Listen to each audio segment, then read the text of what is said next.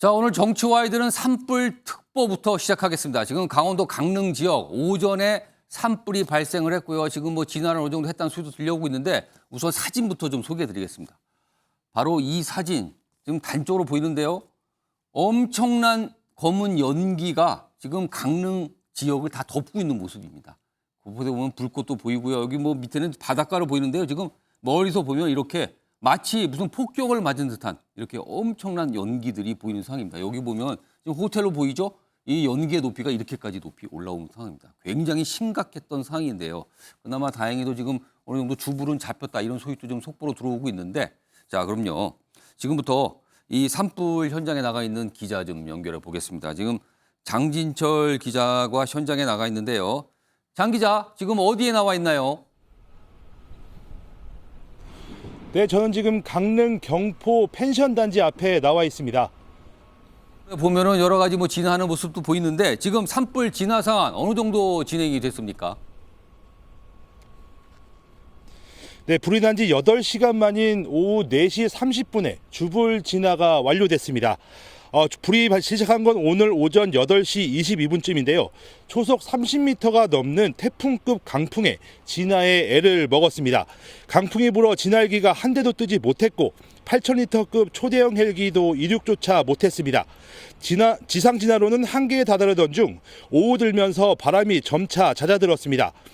바로 진화헬기 3대가 투입되면서 진화 작업에 속도가 붙었습니다.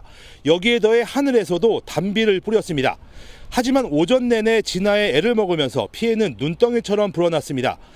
불이 난 지점 인근에 골프장과 민가 그리고 펜션이 있는데 현재까지 72채가 탄 것으로 잠정 집계됐습니다. 경포동 일대 7개 마을에서 557명이 대피소로 몸을 피하기도 했습니다. 방금 전 수색 중 불이 난 주택 안에서 숨져 있는 사람 1명을 발견해 소방당국이 확인 중이라는 소식이 들어왔습니다. 주민들이 속속 피해 현장을 찾고 있는데요. 급하게 몸만 빠져나온 주민들은 폭삭 주저앉은 건물을 보며 한숨만 쉬는 모습입니다. 산림은 축구장 530개에 달하는 379헥타가 소실된 것으로 잠정 집계됐습니다. 소방당국은 올해 처음으로 대응 3단계를 발령하고 인근 지역의 소방력을 강릉으로 집결시켰습니다. 소방당국 역시 산불 3단계를 발령하고 인력과 장비를 집중 투입했습니다. 단비의 도움으로 주불을 잡은 산림당국은 뒷불 감시에 나서는 한편 정확한 피해 규모와 원인 파악에 나설 방침입니다. 강원도는 특별 재난지역에 포함시켜 줄 것을 정부에 건의할 예정입니다. 지금까지 강원도 강릉 산불 현장에서 MBN 뉴스 장진철입니다. 네, 지금 장진철 기자가 전하는 동안 속보가 좀 들어왔는데요. 지금요, 강릉 산불 전소주택에서 사망자 1명이 발견됐다는 속보입니다. 많은 분들이 걱정을 하셨어요. 어떤 인명피해는 없었으면 하는데 지금 사망자 1명이 발견이 됐다는 지금 속보가 들어와 있습니다. 좀 더 자세한 내용이 나오면요, 바로바로 여러분께 전해드리도록 하고요. 자, 그럼요, 지금부터 전문가 연결해서 좀 더 자세한 내용 좀 진단해 보겠는데요. 함흥구 한국열린사이버대 소방방지학과 교수 전화로 연결돼 있습니다. 한 교수님 나와 계시죠? 네, 안녕하십니까. 함흥구입니다. 예, 우선 가장 궁금한 건요. 지금 강원 지역이 건조경보, 여기에 강풍경보까지 내려진 상황에서 산불이 났거든요. 하필 뭐 여러 가지 겹쳤는데 이렇게 네네. 강한 바람이 불 때 진화 작업은 어떻게 이루어져야 되고요. 그리고 지금 어느 정도 주불이 잡혔다고 하거든요. 그래도 여전히 네네. 위험할 수 있는데 지금 이 정도 상황이 됐을 때는 그 인근에 계신 주민분들은 어떻게 좀 주의를 해야 되나요? 네, 지금 앵커께서 말씀하신 것처럼 이제 굉장히 건조한 날씨 또 강풍까지 불었다라고 말씀하셨는데요. 예. 그러니까 지금 말씀하신 그 두 가지 요건 때문에 사실은 또 산불이 발생한 것으로 이렇게 지금 판단을 하고 있는데요. 예. 지금 말씀 주신 것처럼 이렇게 지금 이제 산불이 발생을 했을 때는 기본적으로 지금 뭐 방금 속보 상황에서도 한 분이 또 그 펜션 안에 계시다가 예. 안타깝게 돌아가셨다는 말씀을 하셨는데 이 산불의 진행 방향에 있는 이런 뭐 펜션이라든가 혹은 이제 그 강릉 시내 같은 이런 쪽으로 이제 산불이 내려오지 못하도록 이제 저지선을 미리 확보를 해서 사선을 확보하는 것이 가장 중요한 진압 방법이라고 할 수 있겠고요. 예. 특히나 이제 강릉 지방 특히 이런 곳은 이제 관광지로 이루어지다 보니까 예. 또 아무래도 이제 산속 깊은 곳에 펜션이라든가 이런 이제 가옥들이 많이 산재하고 있거든요. 그래서 이런 부분들을 차후에 빨리 신속히 대피를 할 수 있는 이런 부분들도 진압 못지않게 지금 이제 산불에 있어서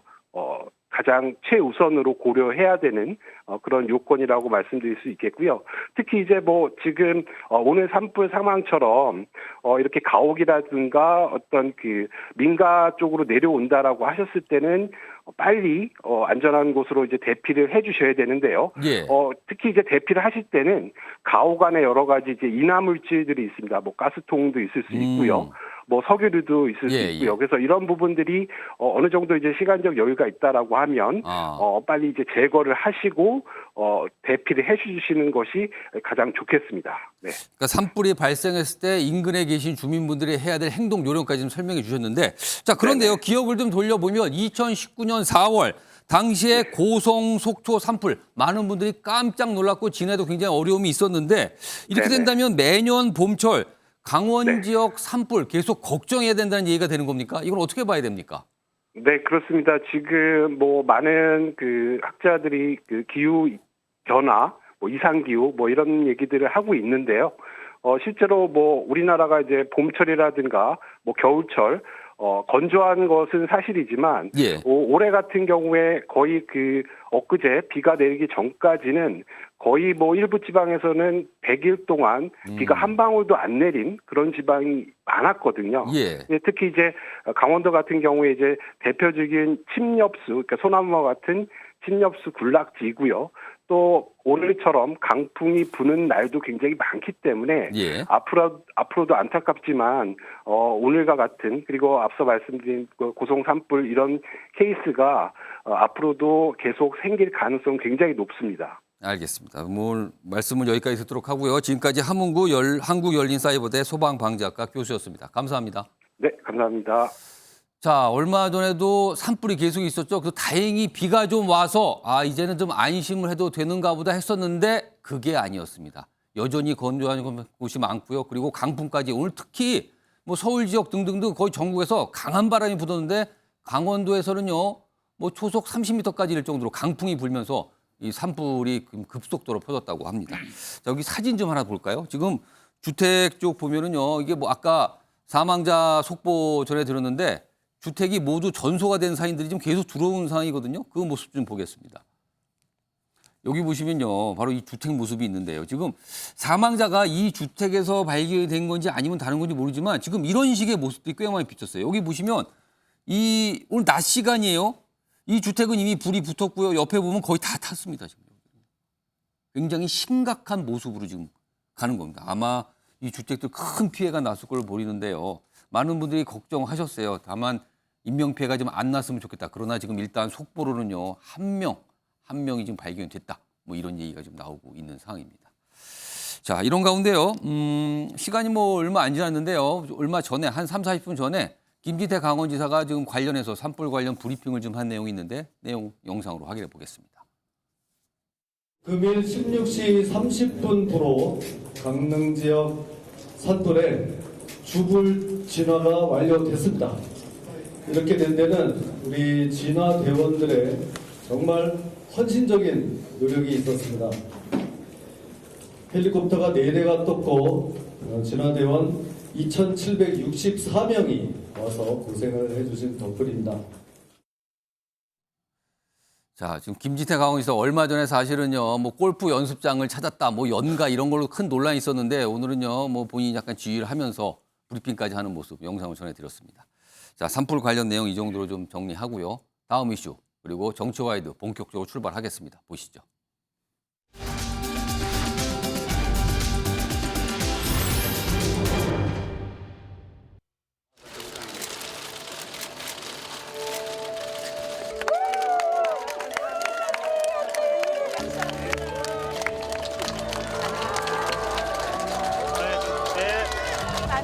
건강한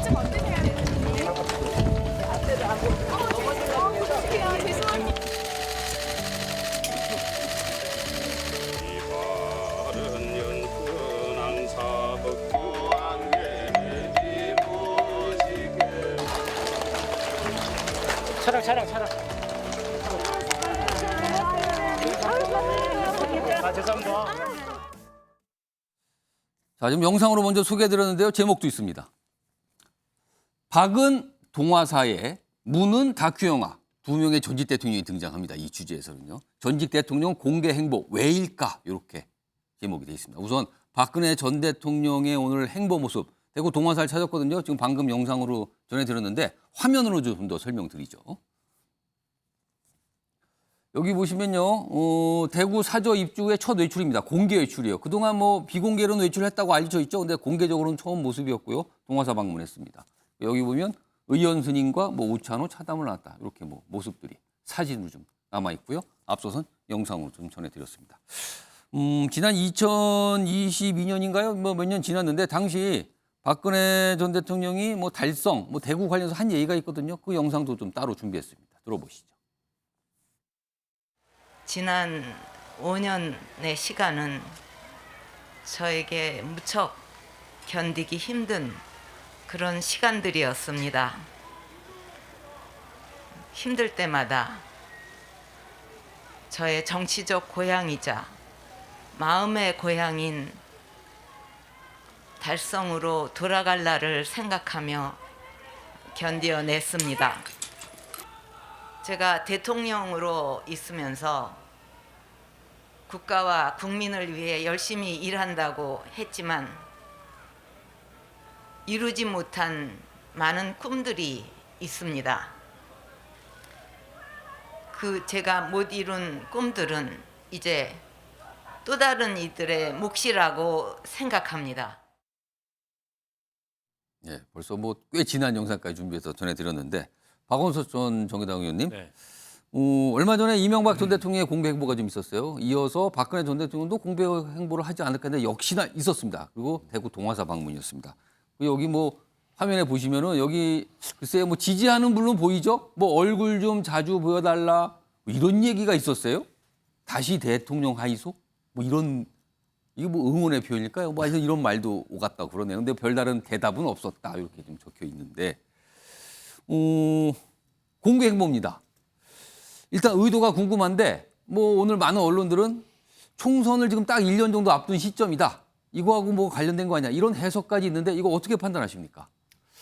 일단 오늘 박근혜 대통령 측의 얘기를 들어보면 예. 동아사 측의 초청을 받고 예. 그에 이제 응답을 해서 아. 방문한 자리이기 때문에 특별한 정치적 해석을 하는 그냥 것은 자연스럽게 적절치 않다. 초대에 응해서 간 것뿐이다. 예.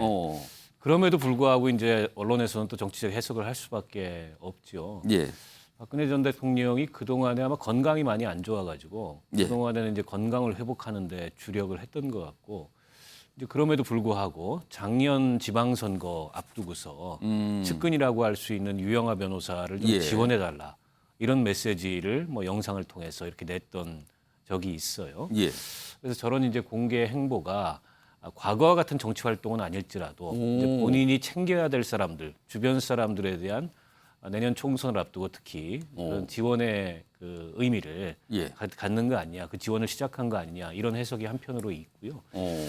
다른 한편으로는 지금 이제 여권 내에 이제 TK에 이렇다 할 인물이 없다. 이런 아. 얘기들이나 그런 평가들이 많이 나옵니다. 예. 사실 홍준표 시장 정도를 제외하면 예. 원래 이제 TK가 보수의 본산지로서 그동안에 큰 정치인들이 많이 있었는데 근래 들어서 그런 큰 정치인들이 안 나온다. 그렇다 그러네요, 보니까는 지금요. 묘하게도 지금 어쨌든 보수 정권이 다시 들어섰지만 TK 소외론 같은 게 있거든요. 이번에 국민의힘 그 원내대표 경선에서도 예. 수도권 원내대표론이 더 설득력이 있지 않겠나 이런 관측이 있었는데 오히려 TK 출신의 윤재욱 의원이 원내대표가 된 배경에도 예. 그런 이제 TK 소외론 같은 게 작용했다 이런 평가가 있어요.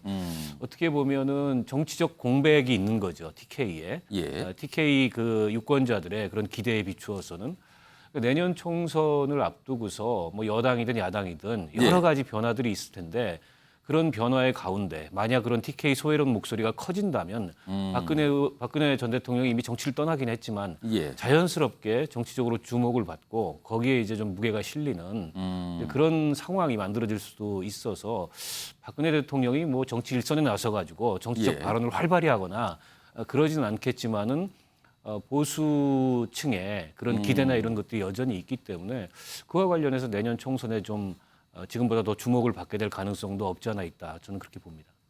TK 그리고 박근혜 전 대통령 어떤 상징성이 있다. 뭐 이런 뜻으로 좀 들리는데요.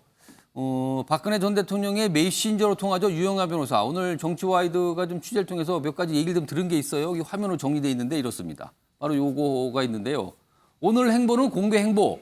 뭐 공개 행보의 신호탄으로 보기는 그렇고. 그러니까 약간 조심스럽죠.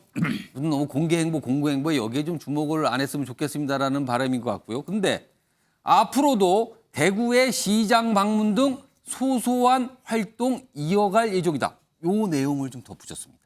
대구의 시장 방문. 많은 분들이 혹시 정치권에 많은 관심이 있으면 대구의 시장 하면 떠오르는 곳이 한 곳 있습니다. 서문시장. 얼마 전에 윤석열 대통령이 방문하면서 여러 가지 또 화제가 됐었잖아요. 근데 시장 얘기를 꺼냈어요. 그리고요, 오늘 유영하 변호사가 내놓은 설명 또 하나 있습니다. 다음 거 하나 좀 보죠. 오늘 뭐 식사하고 여러 가지 또 오늘 상황에 대한 설명들이 있었는데요. 그러니까 많은 분들이 건강에 대해 물어보니까 또 이렇게 답을 하는군요. 약간 우회적이죠, 건강에 대해서. 여기 뭐 쑥국이 나왔다, 뭐 이런 등등등 있는데 식사량이 평소보다 많았다. 그러니까 이건 아마 건강에 대해서 약간 강조를 한 것 같아요. 그래서 이렇게 설명을 좀 해놓기도 했습니다. 자, 이와 관련해서요. 유기찬 변호사. 앞으로 대구의 시장 등을 찾을 예정이라고 밝혔습니다. 그러면은 서문시장을 간다. 이건가요? 이거 어떻게 좀 봐야 됩니까? 시장은 또 약간 이 사찰과는 다른 의미가 있는데. 그러니까 일단 시민들, 국민들을 만난다는 예. 의미겠죠. 근데 저는 개인적으로 박근혜 전 대통령의 저런 활동이 정치의 주체로서의 활동의 의미는 없다고 봅니다. 그럴 의도도 없을 거고. 다만 이 대구 지역이나 박근혜 대통령의 지지층에 대한 어떤 소구 목적은 있을 것 같아요. 그러니까 이게 통합 목적이라는 거죠. 소위 말하면 현 여권과 각을 지기 위한 활동의 일환이 아니고 예. 현 여권이 갖고 있지 못한 미진한 부분을 좀 도와주는, 보존해주는 의미의 활동의 의미는 지금 상당히 커 보여요. 예를 들면 우리 공화당이 활동했던 부분도 사실 뿌리를 보면 박근혜 전 대통령의 지지층과 관련이 있는 것이고요. 예. 지금 모 목사님의 활동 부분도 예. 어찌 보면 다 연결돼 있다는 거죠. 뿌리를 보면. 그렇기 때문에 이것이 마치 여권의 지지층의 분열 양상을 보이기 때문에 그것을 좀 의식하지 않으셨나. 그래서 내년 총선까지는 아니더라도 예. 그러니까 총선을 위한 주자를 지원하는 목적이 아니고 지지층을 좀 통합시키는 목적. 작게 보면 당내 지지층, 진영 지지층, 넓게 보면 대한민국의 통합을 위해서 노력하고자 하는 어떤 의미 있는 행보의 시작이 아닌가. 지지층 통합이라고 하는 거와 지지층 결집이라는 표현은 약간 의미가 좀 다르거든요. 그러니까 지지층 결집이라고 하는 것은 예. 당내에서 상대가 있다는 거죠. 아. 제가 평가하기에는. 예. 근데 지지층 통합이라고 하는 것은 당내에서 상대와 각을 세우기 위한 것이 아니고 당내 세력을 보완하고 조금 더 큰 쪽으로 움직이고자 하는 것이죠. 그렇다면 더 크게 말하면 저 국가 통합으로 가셔야 되겠지만 예. 어쨌든 현재 의미를 주는 의미 시각에서 보면 이것은 예. 당내 지지층을 좀 통합하는 의미의 활동이 아닌가 뭐 이런 생각을 합니다. 그러면은 싸우지 좀 마세요. 뭐 이런 게 들어가 있는 겁니까, 그럼? 왜냐하면 지난 대표 선거에서 보면 예. 당원들 상대로 투표를 했는데도 불구하고 47%는 김기현 대표를 안 뽑았어요. 예. 근데 사실 김기현 대표가 윤 대통령의 전폭적인 지지가 있었다는 평가가 있는 상황에서 그랬단 말이죠. 예. 그렇다면 47%에 대해서는 지지층을 통합시킬 필요가 있지 않겠느냐. 예. 이 말이 정치적 지지층이지 따지고 보면 국민이거든요. 예. 그렇다면 이제 문재인 대통령이 그런 행보하는 것과 마찬가지로 보수의 시각에서 보는 대통령들의 전직 대통령들의 이런 행보도 크게 보면 그런 어떤 의미심장한 의미가 있지 않겠느냐. 그렇게 평가를 합니다. 혹시요, 윤창호 짧게 내가 추가 질문 드리면 최근에 사실은 윤석열 대통령과 집권 여당인 국민의힘 어떤 여론조사 결과를 보면 대통령 지지율, 정당 지지율, 물론 TK 지역이 다른 지역보다는 높게 나옵니다. 그러나 예전만 못하다는 평가도 받고 있거든요. 혹시 이런 부분도 의식을 좀 했을까요? 그런 부분을 김기현 대표가 의식했겠죠. 김기현 대표가 그러니까 의식을 박근혜 전 했을 것이다. 대통령이 그런 부분을 의식해서 그것을 뭐 정치 세력화하려고 했다는 의미로 보이지는 않고 예. 김기현 대표가 이명박 전 대통령을 만나고 박근혜 전 대통령을 만날 계획이 있다는 것은 아마 그런 본인에 대한 지지층이 적었던 부분 그리고 말씀하신 대로 또 여러 가지 정치적 행보가 예상돼 있잖아요. 뭐 이준석 전 당대표의 경우에는 뭐 티켓에서 활동을 좀 이어가고 있는 편이고 예. 뭐 그 여러 가지 또 의미 있는 정치 활동들이 이어지기 때문에 예. 그런 것들을 다 감안한 행보의 대상이 되실 수는 있어요. 뭐 그런 의미로 좀 평가를 하고 싶습니다. 자, 이번에는 백승주 전 의원님. 얼마 전에 김기현 대표는 이명박 전 대통령을 예방을 했어요. 그리고요, 지금 아까 이 유영하 변호사도 다음 주에 김기현 대표가 박근혜 전 대통령을 예방할 거다라고 설명을 했는데 구체적으로 지금 보도에 따르면 날짜가 다음 주 19일로 나오고 있거든요. 그럼 19일로 예정이 된 걸로 보이는데 김기현 대표가 박근혜 전 대통령을 예방하는 거 다음 주에 이거는 최근에 보면은 국민의힘 자체가 약간 지지율상 흔들리기도 하고요. 김기현 대표의 리더십에 대한 문제 제기도 있는 상황에서 역시 믿을 건 TK 민심이다. 약간 이런 판단입니까? 이거 어떻게 해석하십니까?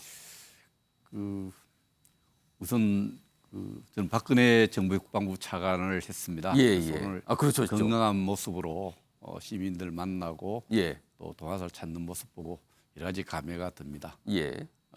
우리 대통령 선거 사상 과반의 지지를 획득한 분은 박근혜 대통령이고요.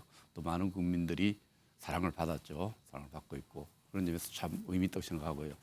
오늘 김기현 대표와 이 문제는 김기현 대표가 당선 직후에 예. 박근혜 전 대통령을 찾아뵙겠다고 이렇게 이야기를 했고 또 추진했었고요. 유영하 변호사 이 부분을 확인했었는데 제가 볼 때는 이 유영하 변호사가 이미 그 부분에 곧 만나겠다는 걸 했지만은 이제 구체적인 날짜가 잡혀 있는 걸 봐서 박근혜 대통령이 이제 김기현 대표를 만나는 것을 계기로 해서 지금까지 정치인들 만나는데 굉장히 절제해 왔는데 예. 김기현 대표 이제 뭐 당선 축하도 해드리겠죠. 당선 축하도 해주고 예. 또 김기현 이야기 듣고 이렇게 만나는 것을 계기로 해서 이전에 같이 정치 활동했던 분들 또 앞으로 정치할 분들도 만나자고 요청이 오면은 만나는 어떤 그런 시작점이 되지 않겠느냐 이렇게 생각을 합니다. 그래서 뭐 김기현 대표와 그 박근혜 대통령의 만남은 여러 가지로 이제 김기현 대표로서는 총선 전략상 이렇게 만나겠죠. 예. 또 여러 가지 또 도의적으로 또 만날 이유가 있고 같이 의정 활동도 했고 그래서 그런 부분도 있지만 박근혜 대통령으로서는 이제 건강을 회복한 이후에 이분이 정치를 새로 한다면은 처음 시작할 때 정치를 할 때 IMF로 나라가 망해갈 때 그때 정치를 하기로 결심했는데 예. 그 나라에 대한 여러 가지 걱정들도 듣고 나라가 잘 되는 방향으로 일상 속에서 좀 그런 쪽에 뭐 활동하지 않겠나 이렇게 생각을 합니다. 자, 19일로 지금 날짜가 잡혔다고 나와 있습니다. 뭐 그때 되면은 아마 기자들도 취재 들어가겠죠. 예방이 끝난 뒤에 김기현 대표와 박근혜 전 대통령이 무슨 얘기를 나눴는가, 박 전 대통령이 무슨 얘기를 전달했는가. 아마 이것도 언론에서 꽤 많은 관심 그리고 또 그게 또 해석이 들어가겠죠. 뭐 이런 상황이 있을 것으로 예상이 됩니다. 자, 또 한 명의 전직 대통령. 앞선 제목에 두 명의 전직 대통령 등장하죠. 이번에 문재인 전 대통령 얘기인데요. 다큐 영화 얘기가 오늘 나왔습니다. 화면으로 좀 정리해 드리죠. 여기 보시면 이 사진 좀 봐주세요. 뭔가 촬영하는 모습이에요. 여기 보시면 뭔가 앉아있고 카메라가 보이죠. 아랫부분에는 카메라 감독 그리고 카메라 이렇게 찍는 모습이 있습니다. 옆에 보면 텃밭을 가꾸는 모습도 찍었고요. 그리고 앉아서 어떤 책을 보는 모습 이런 모습이 지금 다큐에 다 들어가 있다고 합니다. 지금 이 사진은 다큐를 촬영하는 모습 자체가 이 사진에 담겨 있습니다. 이런 과정을 거쳐서 다큐 영화가 완성이 됐고요. 오는 5월에 공식 개봉을 한다고 합니다. 그리고 앞서서는요. 지금 영화제에 출품도 됐다고 그러죠. 여기 밑에 보면 문재인입니다. 촬영 중인 문재인 전 대통령. 다큐 제목이 뭐 이런 뜻으로 보인가 봅니다. 자, 이렇게 돼 있습니다. 자, 그런데요. 많은 분들이 좀 기억을 하실 거예요. 이렇게 문재인 대통령이 어떤 활동하는 모습을 보이면 정치권에서는 꼭 그 얘기가 나옵니다. 아니, 얼마 전에 잊힌 사람이 되고 싶다, 잊혀진 사람이 되고 싶다고 얘기했는데 이거는 이런 공개 행보는 뭡니까? 이런 질문이 꼭 나오거든요. 이와 관련된 영상 그리고 다큐와 관련된 영상도 준비했습니다. 보시죠. 예를 들면 대통령 이후에 무슨 전직 대통령 기념사위라든지 무슨 현실 정치하고 계속 무슨 연관을 가진다든지 그런 거 일치하고 싶지 않습니다. 일단 대통령 하는 동안 전력을 다하고 대통령 끝나고 나면 그냥 잊혀진 사람으로 그렇게 돌아가고 싶고요. 자연이 좋은 분이에요. 할배시죠. 답답할 때도 많죠. 노잼이라 그러죠. 원래 일하는 것보다는 노는 걸 좋아합니다. 그렇지만 선택하고 나면 최선을 다하시는 분이라고. 빈틈이 없고 달린 칼 같습니다. 국민 만날 때 눈빛은 어떻게 딱 사는지 모르겠어요. 굉장히 잘 들으세요. 이상한 대통령 문제. 그러니까 지금 다큐의 내용, 약간 예고편 같은 영상도 보여드렸는데요. 지금 이런 일도 있었어요. 지금 이 다큐 영화의 상영관 확보를 위한 펀딩이 있었는데, 공개 펀딩인데 목표액은 일단 3천만 원 설정을 했는데 5시간 만에 100% 돌파했고요. 그리고 그 이후에 오후 4시 기준으로는 어제부터 했거든요. 1억 돌파했습니다. 이미 지금 현재. 그러니까 뭐 훨씬 초과한 거예요. 굉장히 빠른 사이에 목표 달성을 했다. 그러니까 문재인 전 대통령을 지지하는 분들이 큰 관심을 갖고 있다. 이렇게 보이기도 하지요. 지금요. 이 상황입니다. 자, 오늘 전재수 민주당 의원 나와 계신데요. 그러면은 사실은 요 다큐 내용이 주로 평산마을 생활을 많이 담았다 그래요. 그 이후에 뭐 텃밭 견생을 아까 사진도 있었는데, 그렇다면 퇴임 이후 작년과 올해 평산마을에서 집중적인 촬영이 됐다라는 얘기인데, 이 다큐 촬영 얘기 좀 들어보셨습니까? 그 전에? 제가 좀 들어보니까 예. 이 다큐멘터리 영화를 만드는데 문재인 대통령이나 또는 이제 그 비서실에서 특별한 협조를 한다거나 뭐 그런 거는 없었다고 합니다. 지금 사진 나간 건 협조 아닙니까? 그냥 찍으라고 하는 건가요? 그냥? 정확하게 표현을 하면 어떠냐면 예. 문재인 전 대통령께서는 일상생활을 하시고 평상시에 평상시에 하던 대로 하고 그 동선을 카메라가 다니면서 찍은 거랍니다. 예.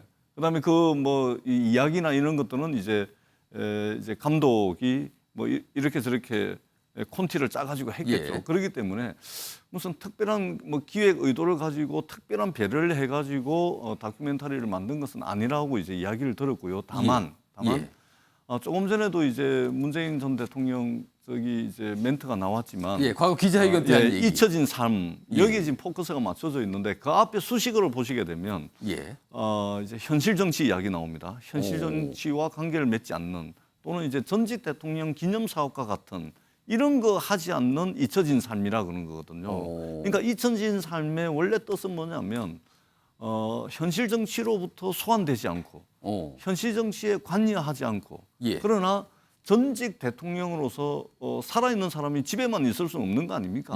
일상생활을 사는 것이죠. 그러니까 말하자면 더 큰 이제 바람이 있다면 전직 대통령으로서 어떤 대한민국에 그동안 배출했던 전직 대통령들 중에서 어떤 모범적인 모델이 한 분도 없습니다. 사실은 어떻게 보면.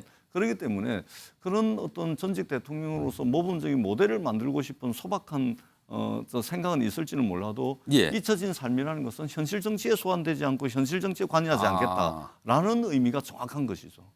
그러니까 정치적인 의미를 담지 않은 공개적인 행보다 이렇게 이해해달라는 말씀을 드리는데 그렇습니다. 그런데 사실은요. 최근 정치권 상황이 워낙 민감하고요. 민주당 상황도 굉장히 민감한 상황이 있잖아요. 정치적인 어떤 발언이나 메시지가 없더라도 문재인 전 대통령의 공개 행보만으로도 정치권에서는 정치적 해석을 할 수도 있는 거거든요. 그러니까 최근에 보면 최근에 우리가 가만히 돌아봅시다. 가만히 돌아보면 문재인 대통령이 스스로 현실 정치에 발을 담궜거나 또는 현실 정치에 메시지를 낸 것이 아니고 사실은 문재인 대통령을 만나러 왔던 사람들이 사실은 그러면 안 되는데 박지원 전 대표나 또 박용진 의원이나 만나고 나와가지고 전직 대통령을 만나고 나와가지고 자기 편할 대로 뭐 대통령이 이렇게 이야기했다. 그것은 내가 볼 때 이런 의미다. 이렇게 지금 전원 정치를 한 거거든요. 그래가지고 당분간은 문재인 대통령께서 이제 현실 정치하는 사람들 만나지 않겠다.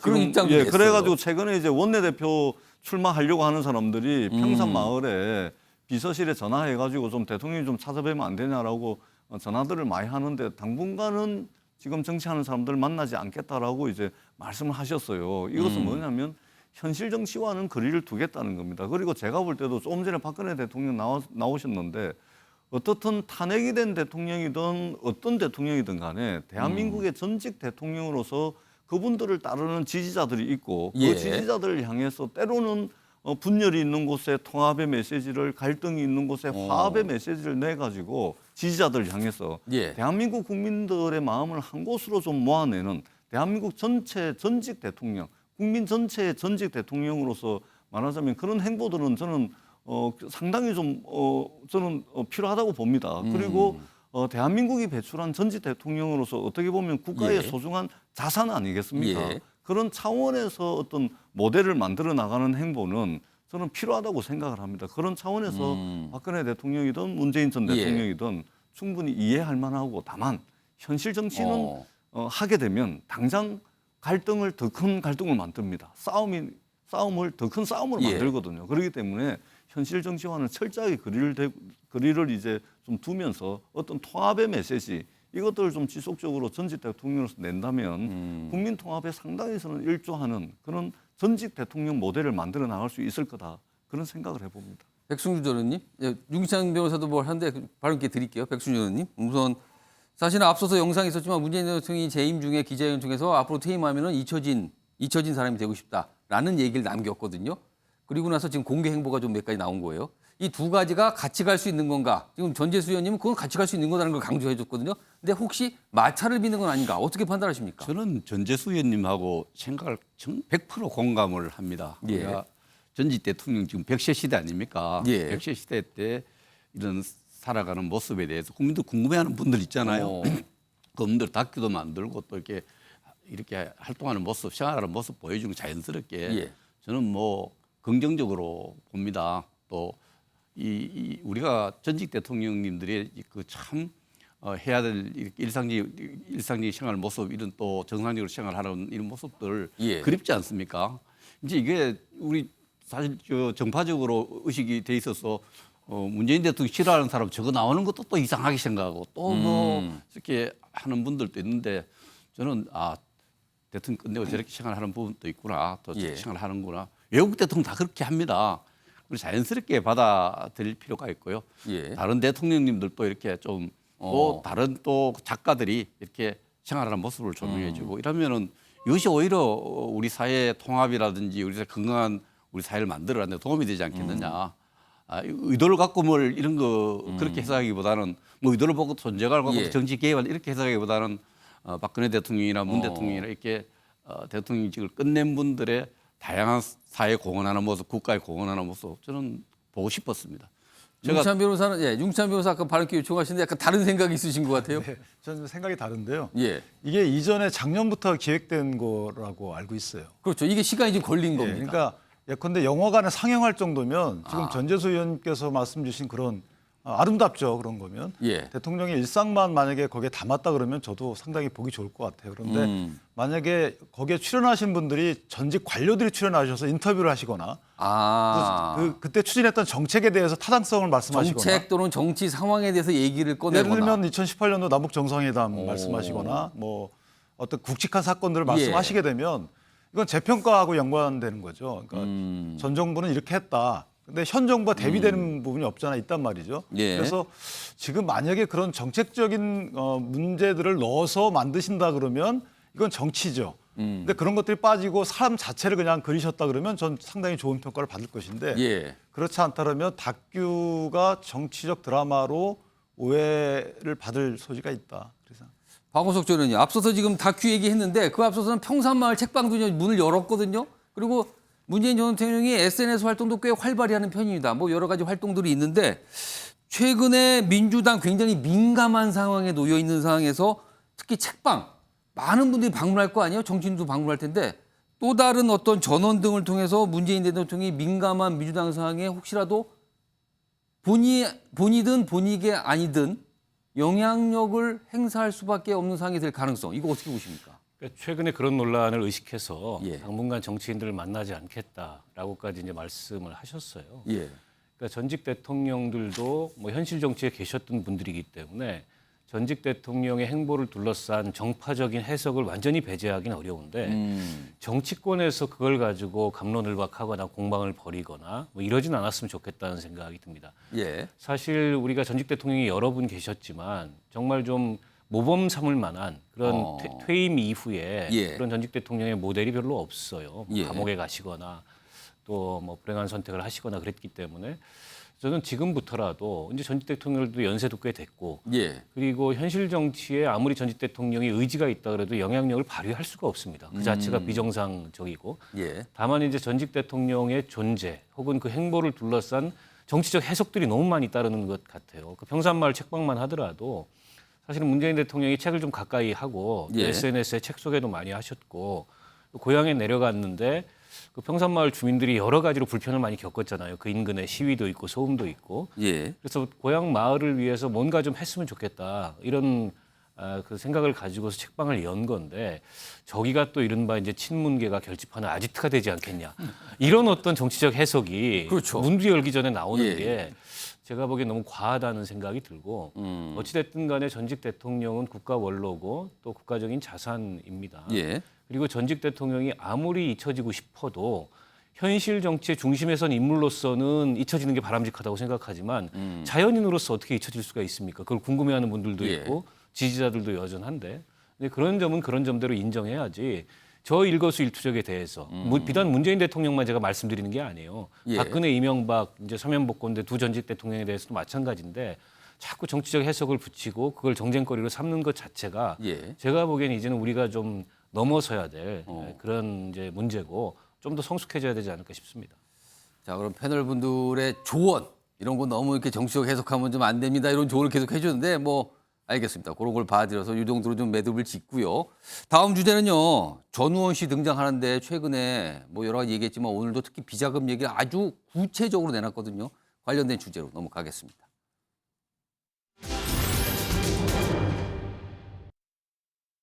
제가 본 거는 그냥 손님들 오셨을 때 1,000만 원이나 100만 원씩 이제 계속 돈 봉투를 해서 드리는 건 자주 받고 예. 주말마다 손님들이 오시거나 예. 가족분들이 오시면은 더풀백 같은 거 들고 오셔가지고 가득 담으면 이제 하나당 뭐 몇 억씩 담기잖아요. 예. 그렇게 들고 가시고 커다란 비밀의 방이 돈이 가득한 방이 아까 그 창고 끝에도 하나 있었고 할아버지 서재에도 있었던 거예요. 네, 거기도 그냥- 비밀의 방이에요. 네, 정말 하늘에서 돈이 쏟아져 내려오듯이 항상 이제 그냥 어디서 이제 오면은 또 비서분들도 이제 들고 오시면 또 쌓아놓고 또 필요한 사람 또 가져가고 계속 그냥 뭐 비밀의 방이 아니어도 그냥 집에 계속 돈이 들어왔죠. 그리고 그런 식으로 돈 세탁을 도와주신 분들은 당연히 그분들도 얻는 게 너무나 많기 때문에 뭘 충성을 다해서 네. 바치고 그리고 지금도 이제 입을 닫으신 분들이 많고 돈이 뭐 하늘에서 쏟아지듯 했다. 그리고 무슨 아마 뭐 차명 뭐 이런 얘기 한 거 같죠?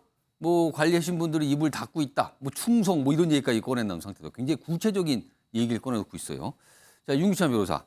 최근에 이 추징금 55억인가 이게 추가로 추징 가능하다. 이게 뭐 판결 통해서 좀 확정이 된 상황인데 그럼 남은 돈이 860억 원 정도 남아 있습니다. 추징이 아직 안 된 금액이요.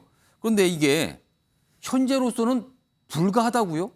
그리고 국회에도 지금 관련된 법이 있는데 이 법이 설사 통과돼도 이게 현실적으로 적용이 어렵다는 얘기가 나오는데 이건 어떻게 된 겁니까? 현행법상으로는 불가능한 것 같고요.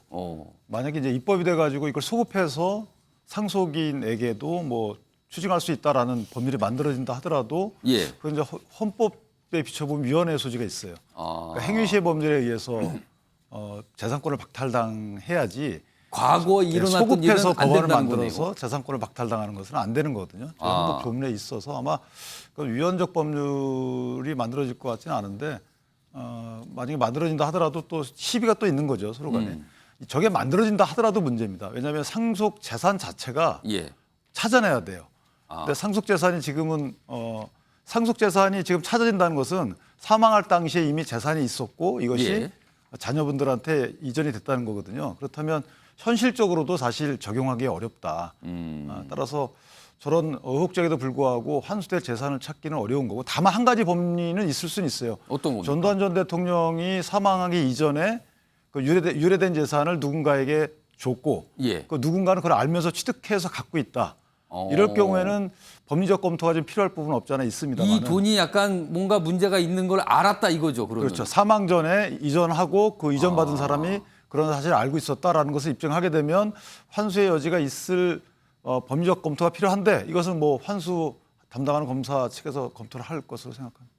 최근에 검찰 쪽에서 뭔가 좀 들여다보고 있다 뭐 이런 얘기 나오는데 아직 뭐 구체적인 건 나오지는 않고 있는 상황입니다. 이런 가운데 오늘 전우원 씨가 본인의 친모와 관련된 얘기도 좀 인터뷰를 통해서 꺼내놨거든요. 뭐 약간 두렵다 뭐 이런 표현이 좀 등장하는데 영상으로 확인해 보겠습니다.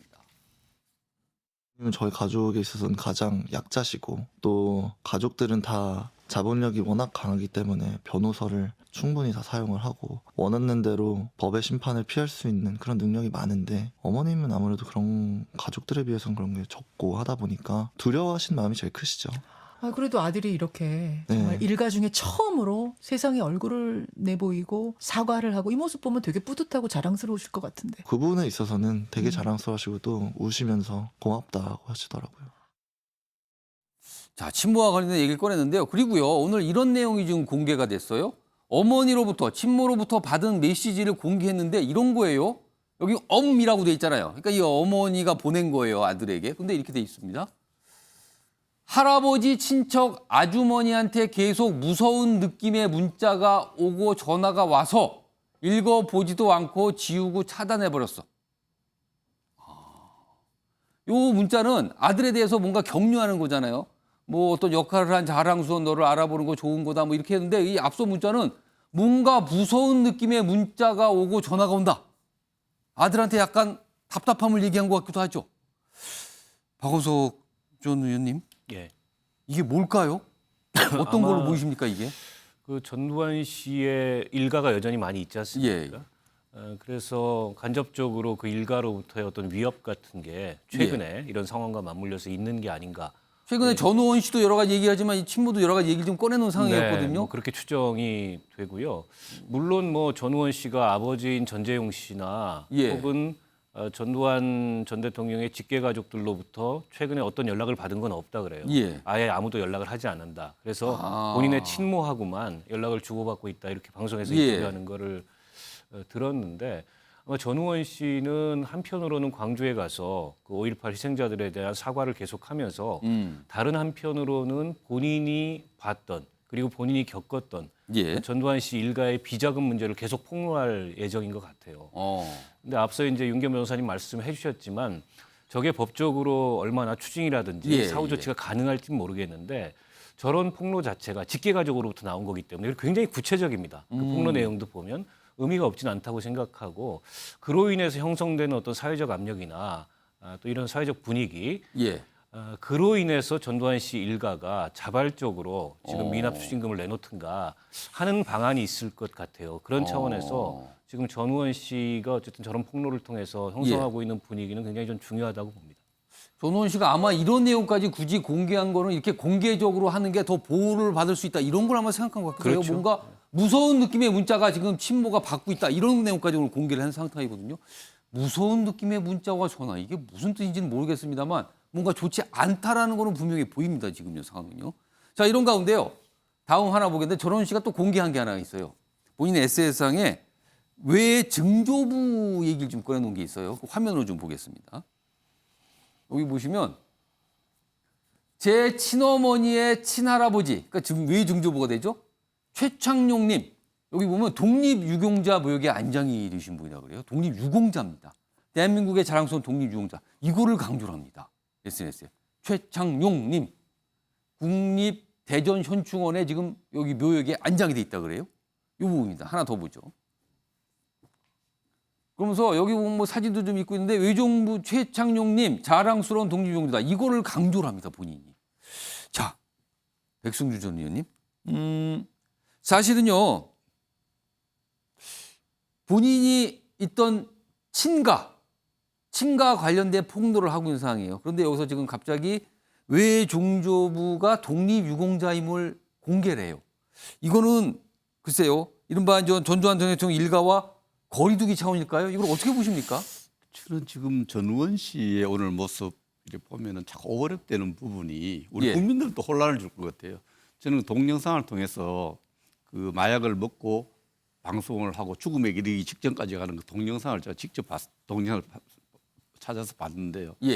그 모습하고 이렇게 오늘 의식 있는 청년으로서의 어떤 증언을 하는 모습하고 이게 어느 게 진짜 모습일까? 약간 대비되죠. 정체성에서 굉장히 저한테 혼란을 줘요. 이게 저는 그때 좀 안타까운 심정에 좀 약물 치료하고 성격 장애 이런 일 빨리 치료됐으면 좋겠다. 제가 자식 키우는 부모 심정으로 그렇게 이야기했는데 오늘 또 보면은 굉장히 의식이 선명한 의식이 있는 청년처럼 보이는데 일단 기본적으로 96년생인 전우원 씨가 지금 정체성의 혼란을 겪고 있는 것이 아니냐 여러 가지 간에 우리가 이제 심각한데 전두환 대통령의 손자로서의 정체성을 갖고 있다가 지금 이런 여러 가지 상황에서 또 지금 외조부죠. 예, 외증조부. 외증조부의 어떤 정체성, 외가의 정체성 이런 청년이 지금 정체성에 굉장히 혼란을 겪고 이 혼란 때문에 약물을 복용하고 관련돼 있는지 모르겠 정체성의 혼란을 겪고 있다. 그러나 어쨌든 우리 사회의 어떤 분위기는 공감하는 분위기는 이런 증언들이 어떤 상태에서도 이 증언들에 대한 진실에 대해서 굉장히 휘발성이 강한 주장들을 하고 있잖아요. 이 부분에 대해서는 좀 관계 당국에서 면밀히 살펴볼 필요가 있지 않겠냐 이런 생각은 합니다만 정말 좀 그 가족 사석에서 보면 지금 정체성의 혼란이 굉장히 심각하구나. 어떻게 보면 저 친가에 대한 불만이 굉장히 많구나 이런 생각이 좀 들어요. 그러니까 외증조부에 대해서는 독립유공자임을 본인 스스로 밝혔고 그리고 앞서서는 본인의 할아버지, 그러니까 친할아버지죠. 학살차라는 표현까지 썼죠. 그래서 여러 가지 또 얘기가 나왔었는데 글쎄요. 뭐 어떤 앞으로 계속 광주를 찾아서 사죄하겠다는 뜻을 밝히기도 했다고 하죠. 뭐 여러 또 모습이 있을 테니까요. 기다려 보도록 하고요. 다음은요. 한동훈 장관 얘기가 있는데요. 오늘 또 여러 가지 모습이 좀 비춰졌는데 그 내용으로 넘어가겠습니다. 보시죠. 자, 제목부터 좀 보시죠. 국무회의 지각대장 한동훈인가? 지각대장이라는 표현이 들어갔어요. 지각대장. 그러면 지각을 뭐 한 번 정도 한 게 아니란 뜻이 되는데요. 그리고 이거에 더해서 이젠 총리설까지 나온다. 총리설이라고요? 총선 출마설이 아니고 이렇게 갑니다. 뭐가 더 나갔네요. 지금 상황이요. 자, 그럼요. 이와 관련해서 오늘 상황, 오늘 국무회의가 있었는데 그 사진 상황 좀 보겠습니다. 사진으로. 바로 이 모습이 여기 설명되어 있는데 한덕수 총리 주재 국무회의가 오늘 있었는데 6분 늦게 회의실에 도착을 했대요. 그러니까 다른 장관들은 다 참석하고 총리의 모두 발언이 끝났는데 그때 뒤늦게 문 열고 들어왔다 그럽니다. 여기 보시면 여기 사진이 있습니다. 여기 보면은 오늘은 이런 모습으로 들어왔대요. 다른 장관들 앉아있는데 혼자 뒤늦게 앉아있는데 여기 박진우 외교부 장관이 여기 딱 있네요. 그리고요. 지난 2월 28일에는 추경호 부총리 주재 이 회의가 있었는데 여기도 좀 늦게. 그래서 국민의례중 입장이고요. 앞서서 지난해 5월 30일에는 역시 이제 한덕수 총리 주재 이 국무회의 모두 발언 중에 입장해서 지금 3차례 국무회의에 늦게 들어왔다. 오늘 요 내용이 나오면서 여기까지 또 다시 또 회자가 되고 있는 상황입니다. 전재수 의원님, 한동훈 장관은 스스로도 얘기한 게 있는데 원칙이 중요하다 그랬어요. 근데 어떻게 보면 국무회의를 제때 도착하는 것도 원칙일 수가 있거든요. 아주 중요한 원칙.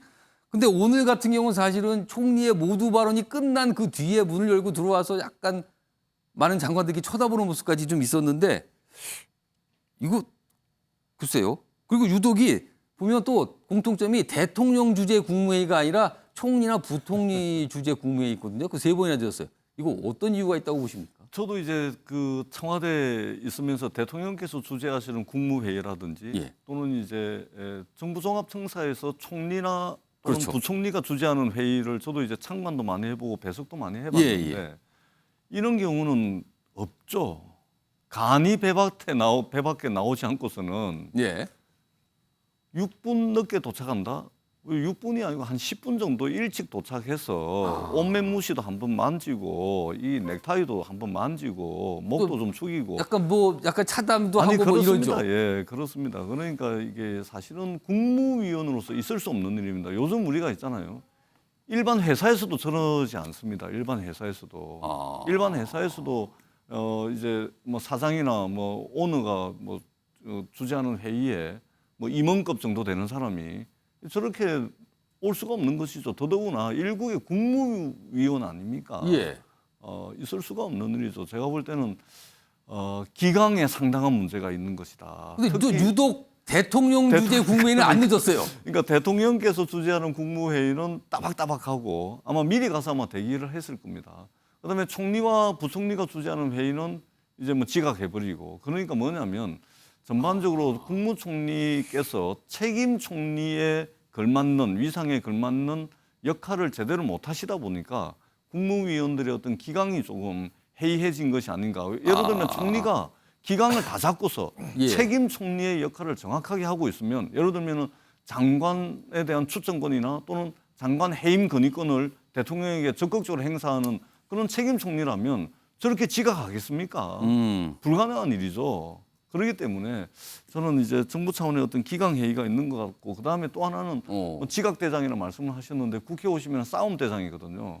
싸움 대장이요. 예. 그렇기 때문에 개인적인 어떤 자세와 태도도 좀 문제가 있는 것이 아닌가. 저는 장관은 있잖아요. 윤석열 대통령의 장관이 아닙니다. 국민의힘의 장관이 아니고 장관이 되는 순간 말하자면 행정의 연속성이라든지 또는 지속 가능성이라는 측면에서 국민 모두에게 행정 서비스를 말하자면 제공하는 국민 모두의 장관입니다. 그런 측면에서 그런 자세와 태도를 좀 가져야 되는데 싸움이 있는 곳에 더 큰 싸움을, 갈등이 있는 곳에 더 큰 갈등을 불러일으키는 더더구나 그것을 말로서 하는 측면에서 볼 때 그런 자세와 태도를 보여왔기 때문에 저는 상당히 좀 실망스러운 국무위원으로서 자세와 태도다 이렇게 좀 야박하게 평가하지 않을 수가 없습니다. 방금 전에 사진 나왔는데요. 거기 보면 다른 장관들이 쭉 앉아있는 모습이 있었거든요. 그 사진 좀 다시 한번 보여줘. 이게 한국일보 사진으로 아까 출처가 좀 나왔었는데 그 사진은 다시 좀 화면으로 불러오겠습니다. 지금. 이 사진, 이 사진이요. 그거 멈춰주세요. 자, 여기 보면 오른쪽 끝에 계신 분이 국무조정실장 아니십니까, 지금요?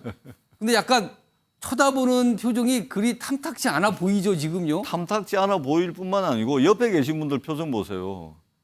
눈을 안 마주칩니다. 외면하는 거죠. 국무조정실장은 사실은 총리와 가깝게 일을 하시는 분인데 약간 왜 늦은 거라는 약간 이렇게 질타성 시선으로 보는 것 같기도 합니다, 지금요. 국무조정실장이 사실은 이제 그 국무총리를 총괄해서 이제 보좌하는 이제 장관급이거든요. 장관급이거든요. 아무래도 그러니까 아무래도 이제 못마땅하겠죠. 차마 말은 못하고.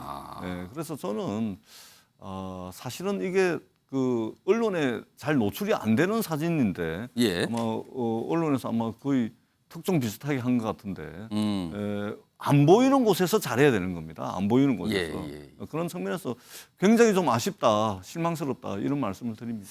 알겠습니다. 일단 이 모습이 있어서 오늘 기사도 꽤 달아지고 사진도 많이 좀 회자가 되고 있어요, 지금요. 자, 이런 가운데요.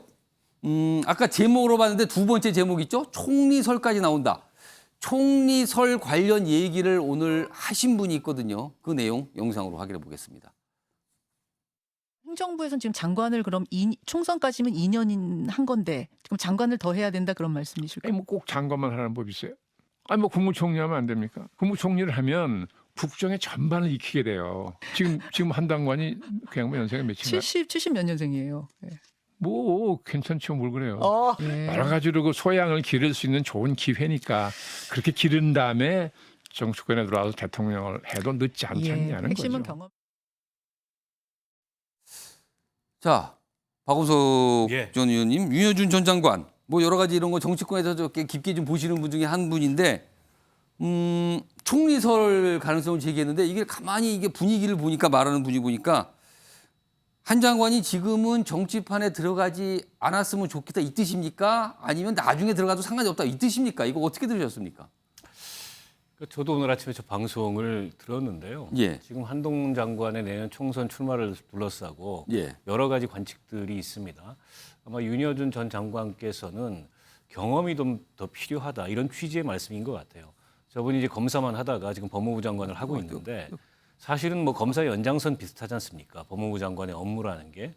근데 그런 정도의 경험을 가지고 당장 정치권에 들어와서 뭔가 비중 있는 역할을 하거나 아니면 뭐 세간의 그런 관측처럼 차기 대권에 도전하거나 그러기에는 너무 경험이 일천하다 때문에 오히려 뭐 장관 지금 하고 있는 법무부 장관 이외에 국무위원으로서 다른 역할을 할 수도 있는 거고 예를 들면 뭐 총리도 할 수 있는 거고 이런 차원의 아마 말씀이었던 게 아닌가 싶습니다. 꼭 한동훈 장관이 차기 총리를 해야 된다. 라는 취지의 말씀이라기보다는 예. 지금 당장 정치권에 들어와서 내년 총선 출마하기에는 한동훈 장관이 갖고 있는 경력이나 배경으로 봤을 때 오히려 그게 지름길이 아니지 않느냐.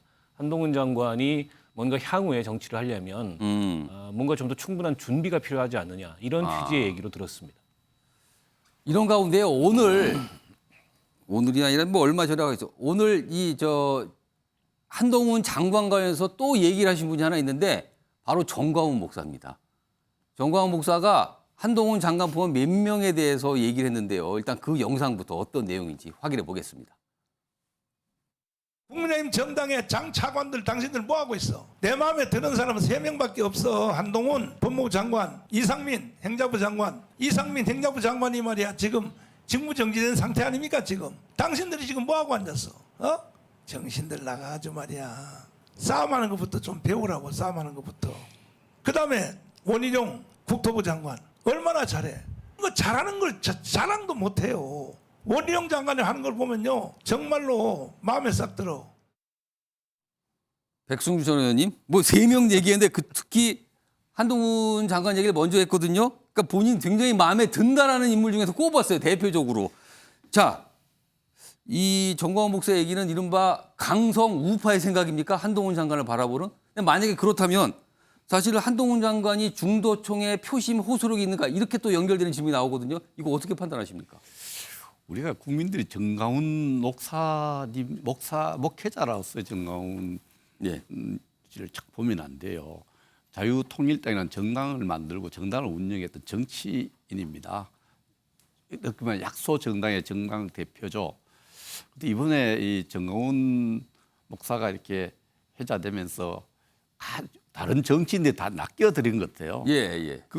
지금 계속 뉴스의 어떤 비중 이 굉장히 커지고 있잖아요. 예, 그렇습니다. 그래서 뭐 같이 이렇게 엮인 사람들은 굉장히 곤혹스러운 그런 입장에 처해서. 근데 지금 한동훈 장관 얘기를 꺼내놨단 말이에요. 우리 국민의힘 정치인들이 완전히 저 목사님 낚이는 것 같은데 지금도 제가 볼 때는 뉴스 밸류를 만드는 거죠. 한 장관 얘기도 하고 또 원희룡 얘기도 하고 그 차기 주자들 평가를 해서 이렇게 쭉 하면서 이것도 뉴스가 돼가 이거 오늘 우리 토론에 또 주제가 되지 않습니까? 그래서 지금 목회자이기보다는 정말 그 뉴스 밸류를 만들고 뉴스를 만드는데 굉장히 타고난 탤런트를 갖고 있구나. 지금 뉴스 계속 만들고 있잖아요. 오늘 갑자기 한동훈 얘기를 하고 또 원희룡 이야기해서 국힘이 완전히 지금 정광훈 목사한테 낚여 있다 이렇게 저는 그렇게 봅니다. 그러니까 지금 한동훈 장관, 이상민 장관, 그다음에 원희룡 장관 얘기 딱 그러면서 나 마음에 든다를 아주 그냥 굉장히 강조하면서 얘기한 뭐 영상이 나왔거든요. 근데 한동훈 장관이 가장 먼저 꼽히면서 과연 어떻게 된 건가 많은 분들이 좀 궁금하시는데 이런 가운데요. 많은 분들이 기억하실 거예요. 얼마 전에 편의점에 간 한동훈 막 이런 패러디 웹툰이 굉장히 회자가 됐었는데 글쎄요. 이거에 대한 맞불일까요? 이번에는 이재명 대표가 편의점에 간 가상 상황을 가정한 이런 글들이 퍼지고 있다 그래요? 이게 무슨 내용일까요? 여기 보면 편의점에 간 이재명 문짝을 3개 처음 읽으면서 이재명 이거 무슨 약간 뭐랄까요? 뭔가 이렇게 험한 소리를 한 것 같죠? 자동문이 아니야? 예의가 없어. 그러자 편의점 고객님 카드 앞쪽에 꽂아주세요. 그러니까 이재명 이게 무슨 소리예요? 뭐라고 또 이렇게 험한 소리를 한 것 같죠? 네 엄마 어쩌고 저쩌고 막 이런 말이 나와요. 이게 다 가려져 있는데. 그러니까 편의점 손님 경찰 부르겠습니다. 이재명 감옥에 갈 것 같습니다. 이게 뭡니까? 이런 얘기가 누가 만들어서 이걸 돌리고 있는 거예요, 지금요? 윤기찬 변호사. 이게 뭐 서로 맞불입니까? 뭡니까? 얼마 전에 한동훈 편의점에 간 그 웹툰 이거 굉장히 회자가 됐는데 이런 걸 또 만든 건가요?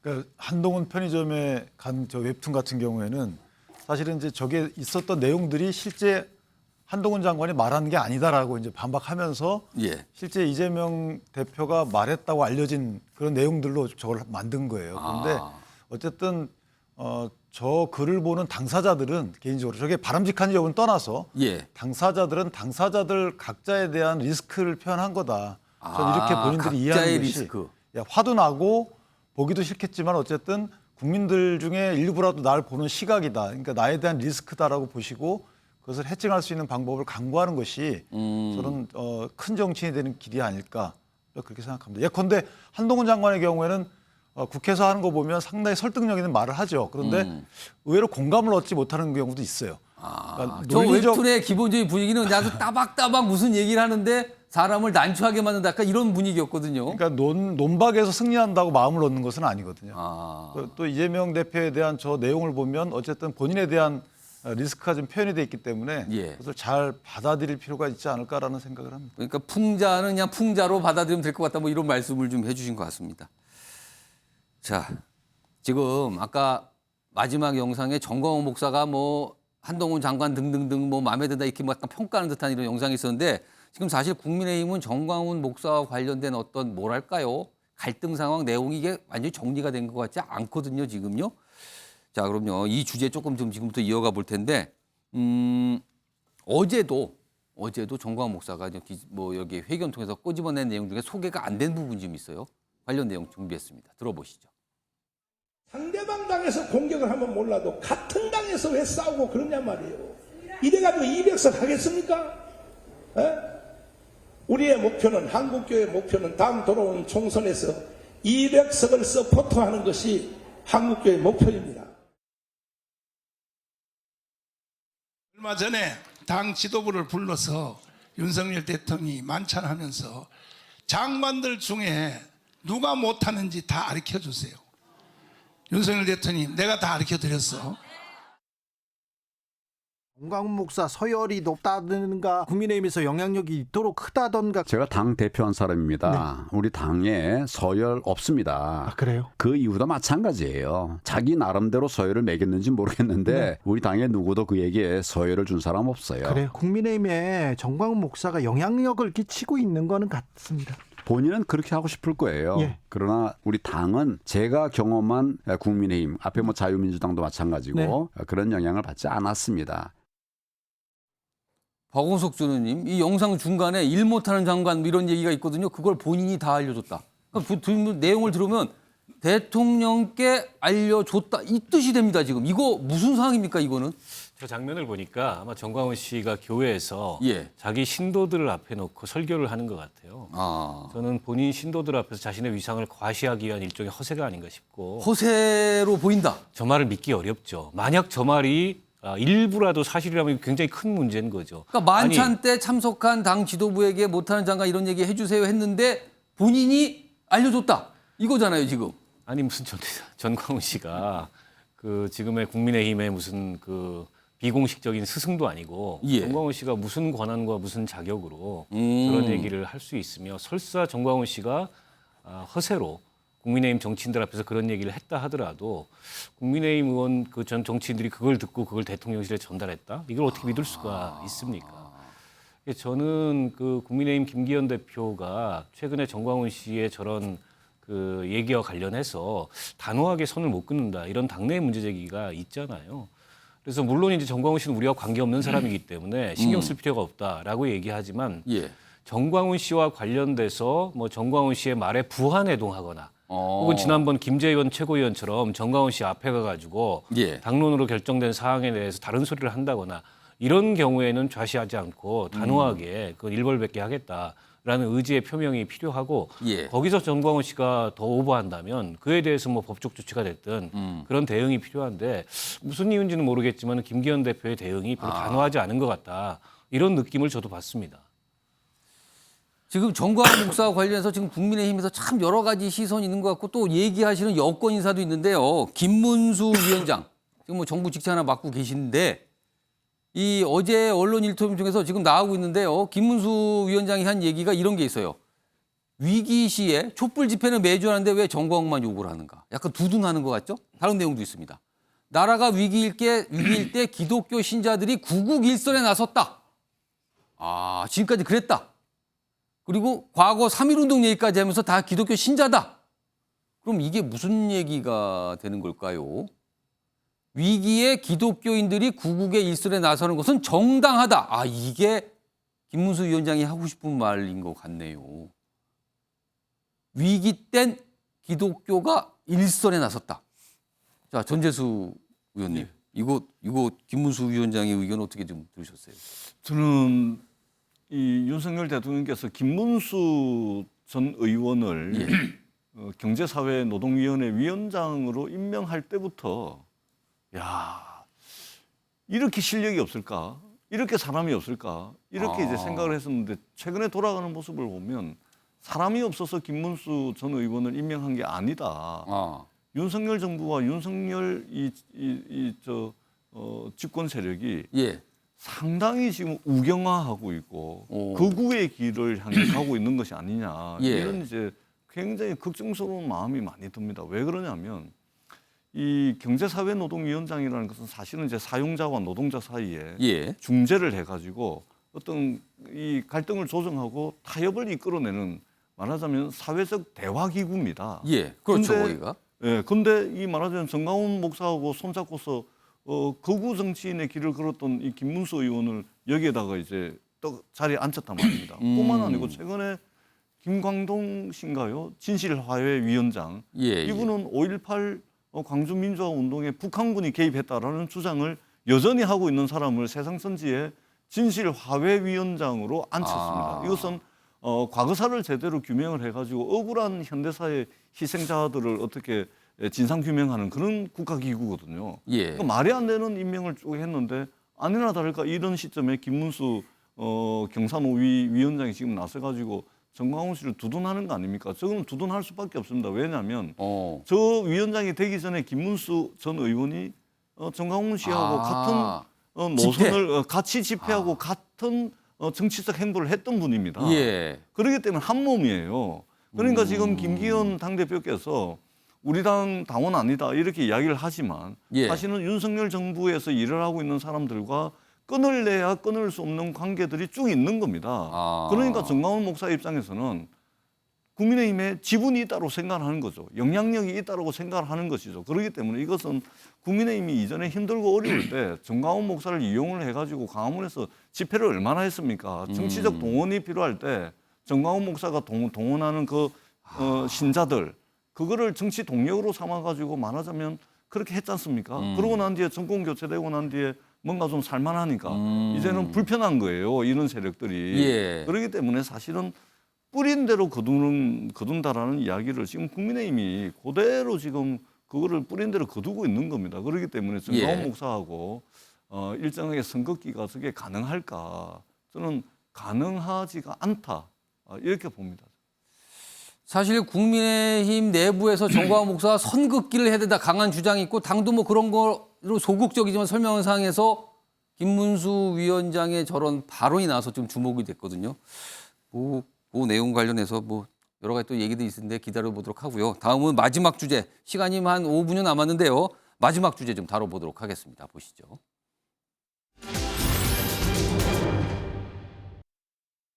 양국의 견해가 일치합니다. 공개된 정보의 상당수가 위조되었다. 거기에 대해서 평가가 일치하고 다만 이제 미국은 본국의 문제니까 법무부를 통해서 경위 그리고 배후 세력을 찾아내기 시작할 것이고 시간이 좀 걸릴 것이고요. 양국이 정보 동맹이니까 정보 영역에서 중요한 문제에 대해서 긴밀하게 지금 함께 정보 활동을 펴고 있습니다. 따라서 이번 일을 계기로 좀 더 신뢰를 굳건히 하고 또 양국이 함께 협력하는 시스템을 강화할 생각입니다. 이게 도청인지 아니면 한국 정부가 지금 발표하는 것처럼 문서의 위조인지에 대한 정보는 저보다는 우리 CNN의 서 기자께서 더 많이 가지고 계실 것 같습니다. 실체적 진실을 저희로서는 확인할 수 없는 상태이긴 합니다. 그러나 미국 언론에서 이 사실이 보도됐고 상당한 논거와 근거들이 있기 때문에 저희로서는 만약 이게 사실이라면 신뢰에 기반한 한미 동맹을 훼손하는 매우 실망스러운 사태다라고 생각합니다. 정확한 근거 없이 집무실 도청이라고 하면 안 된다. 윤 정부 흔드는 데 초점 두면 안 된다. 그 발언들을 보니 어떤 게 생각나냐면 바이든 날리면 시즌 2를 보는 것 같습니다. 아, 그게 무슨 말씀이실까요? 그 당시에도 그 발언이 한국 국회를 향한 것이냐, 미국을 의회를 향한 것이냐, 그리고 바이든이야 날리면이냐 이런 걸 얘기하느라고 한참이 소모가 됐고 결국에는 그것을 보도한 MBC를 또 고발하지 않았습니까? 지금 현재 대통령실이 하는 이 수순들을 쭉 보면 그때랑 똑같구나. 자, 대통령실이 오늘 이 내용 지금 굉장히 뭐 어떤 도청 의혹 뭐 이런 거죠. 이거에 대해서 내용 반응이 있는데 이렇습니다. 대통령실 도감청 의혹은 터무니없는 거짓 의혹이다. 단정적으로 해서 거짓이라고 얘기했어요. 그리고 용산 대통령실은 청와대보다 훨씬 강화된 도감청 방시 시스템 구축 운영 중이다. 그러니까 감청, 도청 이거 불가능한 곳이다. 허위다. 이렇게 얘기합니다. 하나 더 보죠. 그러면서 민주당을 지적을 해요. 민주당은 허위 네거티브 의혹을 제기해 선동에 급급하다. 이런 거는 국익침해, 자해다. 이렇게 또 얘기를 했습니다. 일단 이와 관련해서요. 유기찬 변호사, 이 상황 이거 어떻게 좀 이해하고 계십니까 지금? 뭐 대통령실이 굉장히 아주 단호하게 얘기를 했네요. 이거 다 허위다. 이게 그 교차 검증이 가능한 부분이거든요. 그러니까 예컨대 대한민국에서 분명히 대화 당사자가 있을 거고, 예. 대화 당사자가 한 대화 내용과 누설된 문서에 수록된 내용을 비교해 볼 수 있는 거기 때문에 아마 그런 절차를 거쳤겠죠. 그래서 두 내용을 비교해 보니까 본질적인 부분에 차이가 있다라고 판단했을 거고, 예. 그렇기 때문에 이건 이렇게 위조됐다라는 평가를 했을 겁니다. 그럼 일단은 대화 당사자에 대한 조사를 만약에 했다 그러면 이 대한민국 정부의 판단을 믿어야 될 것 같고요. 이후에 다른 또 의구심이 나오기 이전까지는 여기서 일단 정쟁은 그만두는 거고, 지금 우리가 더 살펴봐야 될 부분은 누설의 목적에 우리가 과연 부안해동에 가는 것인지를 살펴봐야 됩니다. 그러니까 수집은 나중대로 따져보고 예. 일단 그것을 불법적으로 누설한 부분에 대해서는 왜 누설에 어떤 주체가 왜 누설했는지에 대해서 분명한 목적과 주체가 있을 거 아니겠습니까? 그럼 조사 발표가 나오는 대로 거기에 따라서 또 대응책을 강구하는 것이 맞겠다라는 생각입니다. 박원석 전 의원님 어떻게 보십니까? 근데 지금 미국도 법무부에 의뢰해가지고 이걸 진상 파악을 하고 그 조사를 하고 있는데 예. 미국보다 더 단정적으로 사실이 아니라고 먼저 발표하는 게 좀 납득이 안 되고요. 저거는 이제 미국 정부에서 1차적으로 사실관계를 조사해서 예. 그다음에 동맹국가 어쨌든 미국이 협의하겠다라고 했는데 예. 그런 얘기가 나오기도 전에 우리가 저렇게 단정하는 게 맞나? 과연 저게 사실에 부합하는가? 이런 의문을 갖지 않을 수 없고 그리고 이게 다 조작이라고 얘기하는데 어쨌든 그게 정부의 기밀에 해당하는 미국 정부의 기밀에 해당하는 문서가 유출된 것에 대해서는 변명의 여지가 없다라고 미국 국무부도 발표를 하고 있어요. 그런 거에서 다 조작이다라고 단정하는 것 또한 제가 보기에 설득력을 좀 갖기 어려워서 이게 한미 정상회담 앞두고 악재가 될까 봐 덮고 가자라고 정부가 하는 것 같은데 자칫하면 이게 한일 정상회담에 이어서 또 한 번의 외교 참사 아니냐. 이런 비판을 받을 소지가 크다는 생각이 들고요. 그리고 대통령실에서 저런 중요한 보안 사고가 났다면 일단 내부 점검을 하고 시스템을 확인을 해봐야 되는데 그런 것도 없이 청와대보다 더 안전하다. 아니, 그 근거가 뭐냐? 그럼 더 안전하다는 근거가 그 근거도 제가 보기에는 지금 제대로 지금 정부에 설명을 못 하고 있거든요. 예. 그래서 어쨌든 저거는 아무리 동맹국 사이라고 하더라도 과거에 미국이 그런 다른 나라의 정상을 도청했다는 전례도 있기 때문에 그냥 묻고 넘어갈 일이 아니고 따질 건 따져야 되고 한편으로는 그게 또 동맹이 훼손되지 않도록 관리할 건 관리해야 되는데 무조건 덮고 넘어가자라는 게 과연 우리 국익을 위해서 바람직한지 의문입니다. 오늘 이재명 죄송합니다. 이재명 민주당 대표가 외신 기자 이 기자회견을 통해서 요거를 뭐 국회 차원에서 알아볼 필요가 있다. 약간 이준희 씨 설명했는데 아마 민주당에서 뭐 오늘 저녁이요 내일도 계속 이 얘기를 좀 꺼내놓을 것 같습니다. 기다려보도록 하죠.